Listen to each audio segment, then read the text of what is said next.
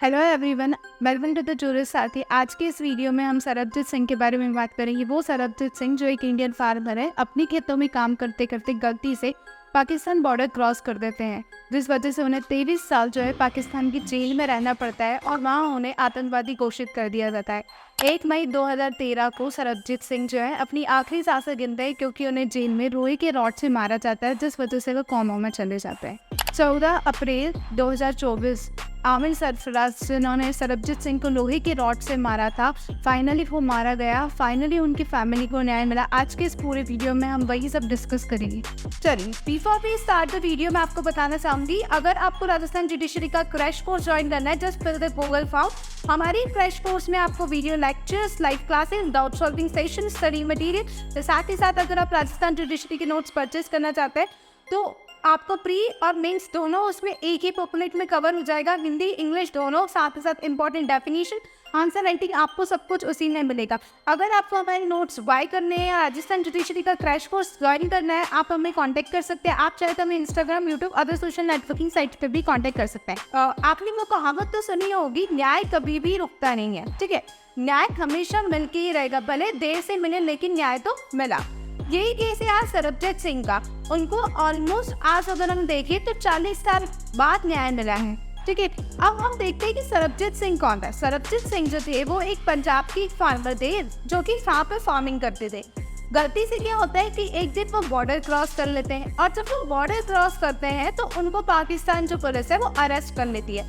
Arrest करने के बाद ऑलमोस्ट उनको 30 अगस्त 1990 को अरेस्ट किया जाता है। ठीक, उसके 2 दिन बाद जो है वो ट्विन बॉम्बिंग होती है। तो उनको ये चार्जेस तो नहीं लगाया जाता है कि आप इलीगली बॉर्डर पे आप चले गए, पर उन पे जो है उनको एक आतंकवादी बना दिया जाता है, और आतंकवादी को उनके पास आर्मी एक्ट के कई सारे चार्जेस लगा दिए थे। और साथ ही साथ इंडियन गवर्नमेंट पे भी एक इल्जाम लगाया जाता है कि उन्होंने सरबजीत सिंह को जो है वो स्पाई बना के भेजा है, बल्कि ऐसी जो है ये बिल्कुल भी अफवाह वाली न्यूज़ थी जो कि पाकिस्तान ने क्रिएट करी थी, और ये बोला गया था कि सरबजीत सिंह जो है वो एक स्पाई है। ठीक है, उसके बाद क्या होता है कि इलीगल अरेस्ट, उसके बाद बॉम्बिंग जो है फैसलाबाद में हुई थी, ट्विन बॉम्बिंग, और ऑलमोस्ट 14 पीपल जो है वो यहाँ पे एक्सपायर हो गए थे।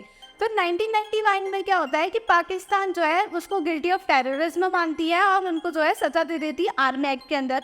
फिर जो उनकी मर्सी पिटीशन की जो अपील थी ना, उसको भी रिजेक्ट कर दिया जाता है बाय दी सुप्रीम कोर्ट। उनकी मर्सी पिटीशन को अपील को भी सुप्रीम कोर्ट रिजेक्ट कर दिया जाता है। फिर जो उनकी जो बहन है सरबजीत सिंह की लाइफ में, उनकी बहन ने बहुत ही अच्छा रोल निभाया है। अगर देखें तो उनकी बहन ने बार बार गवर्नमेंट से अपील करी है, इंडियन गवर्नमेंट से अपील करी है, पाकिस्तान में हीटर भेजे कि उनके भाई की जो है वो निर्दोष है, उनको रिलीज कर दिया जाए, लेकिन उनकी कहीं सुनवाई नहीं होगी। फाइनली जो मनमोहन सिंह, अपनी बहन जो है दलबीर सिंह जो है उनकी सरबजीत सिंह की सिस्टर, वो अपील करती है मनमोहन सिंह से, और मनमोहन सिंह जो है वो पाकिस्तान के प्रेसिडेंट को कॉल करते हैं। तब जाके उनकी जो डेथ पनिशमेंट होती है उनको लाइफ इम्प्रिजमेंट में कमिट कर दिया जाता है by the president Asif Ali Zardari ji के द्वारा। ठीक है, उनकी जो लाइफ है। फिर क्या होता है कि इन द सेम ईयर जब ये न्यूज़ आती है, जब पाकिस्तान और इंडिया के रिलेशन अच्छे बनने लगे, इंडिया ने क्या करा, पाकिस्तान के कुछ प्रिजनर्स को रिलीज कर दिया। तो ये बात भी सामने आई थी कि जो सरबजीत सिंह है उनको भी रिलीज कर देंगे। लेकिन जब ये बातें आई सरबजीत सिंह को रिलीज कर देंगे, तो उसके ठीक 2-3 दिन बाद क्या होता है कि जेल में जो है सरबजीत सिंह पर ईंटों से और आयरन रॉड से जो है अटैक किया जाता है, जिस वजह से वो कोमा में चले जाता है। ठीक है, पर क्या होता है कि फिर भी बहुत सारे इंडियन गवर्नमेंट के द्वारा डिमांड्स आती है, सरबजीत की फैमिली के द्वारा डिमांड्स आती है, और कई सारे ऑफिशियल्स के द्वारा डिमांड आती है कि आप सरबजीत सिंह को इंडिया भेज दो, लेकिन वो नहीं भेजते हैं। और ये भी बोला था कि आप पाकिस्तान नहीं किसी थर्ड कंट्री में भेज दो, लेकिन वो लोग नहीं भेजते। इस वजह से उसकी 1 मई को जो है सरबजीत सिंह की डेथ हो जाती है।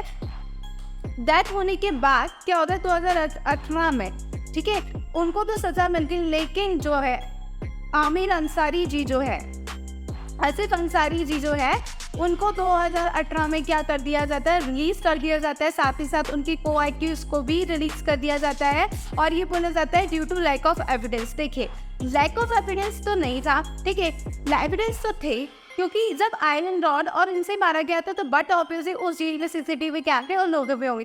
लेकिन यहाँ पे क्लियरली अगर हम देखिए तो यहाँ पे पाकिस्तान गवर्नमेंट का हाथ है, इसी वजह से उसको रिलीज कर दिया गया था।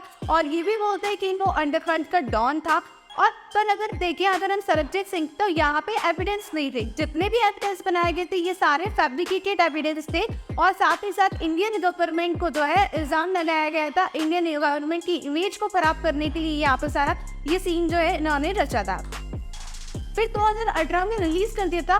फिर अभी अचानक से ये मैटर इतने ट्रेंडिंग क्यों हुआ, तो मैं आपको बता दूं, वही सरबजीत सिंह जिन्होंने इतने साल जेल में काटे, जो इतना टॉर्चर हुए, आज जाके उनकी फैमिली और उनको न्याय मिला। द रीजन बिंग जो उनका किलर था वो जो है आज मारा गया।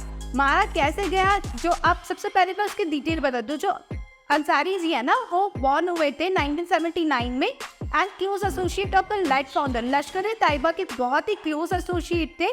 ठीक है, साथ ही साथ अगर हम देखें जाए तो अभी हाल फिलहाल जो इनके बेटे हैं वो भी बहुत ही क्लोज है। लश्कर-ए-तैयबा एक गैंग है टेररिस्ट की, वहाँ से वो बहुत ही ज़्यादा एसोसिएट है। और आमिर सरफराज जो तांबा है ना, वो पाकिस्तानी अंडरवर्ल्ड डॉन माना जाता है, जिन्होंने ही सरबजीत सिंह को किल किया गया था। ये बोला गया कि वो जो है अपने घर के फ्लोर में बैठे थे नीचे वाले, और 2 मोटरसाइकिल से लोग आते हैं, इनके घर में कुछ के डोरबेल बजाते हैं और उनको किल कर देते हैं। ये जो है जिस वजह से उनको 4 गोलियां लगती है, 2 पैर और 2 पीठ में, जिस वजह से उनकी डेथ हो गई। अब ये तो एक बहुत ही खुशी की बात है, लेकिन ये खुशी उनकी बेटी को जायज़ नहीं। उनकी बेटी का कहना है कि पहले तो मैं सेटिस्फाई थी, कि मेरे पापा को जिसने मारा वो मर गया, लेकिन अब मैं सेटिस्फाई नहीं हूँ। मैं चाहती थी कि जो पाकिस्तान गवर्नमेंट है ना, वो ट्रायल दे, इसका चीज़ें ट्रायल हो, और ट्रायल के साथ साथ मुझे ये भी तो पता चले कि आखिर क्या था कि मेरे पापा को इन्होंने किल कर दिया।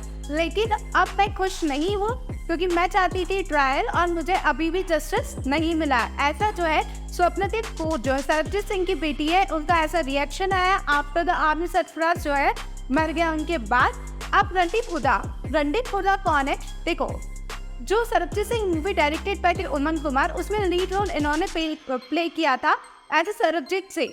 और उन्होंने भी बोला कि कर्मा जो है वो अपना वो पूरा बताता है, कर्मा जो है कहीं नहीं जाता, कर्मा रिवर्ट बैक होता है। एक्टर रणदीप हुडा ने भी यही बोला। और अनेकी सरबजीत मदर केस हुडा थैंक की अननोन मैन, वो उस अननोन मैन को थैंक कर रहे हैं। 2 अननोन मैन हैं जिस पे अभी इन्वेस्टिगेशन जारी है, और आमिर सरफराज के जो भाई हैं उन्होंने FIR भी रजिस्टर कर दिया, इन्वेस्टिगेशन जारी है। उन्होंने जो है किसको किल करा? आमिर सरफराज को। और ये बोला कर्मा जो है वो रिवर्ट बैक होता है, जैसी करनी वैसी भरनी, आपके साथ भी यही हुआ, ये बोला गया जब भी असीलेंट ने जो इनको मारे। तो ये था पूरा सरबजीत सिंह का केस। और ये अचानक से इसलिए क्योंकि उनको शॉर्ट डाइट किया गया, इसलिए इस वजह से ये बहुत ही ट्रेंडिंग चल रहा है। और सरबजीत सिंह मूवी अगर आपने नहीं देखी हो तो just go and watch the movie, you will got all the concepts clear.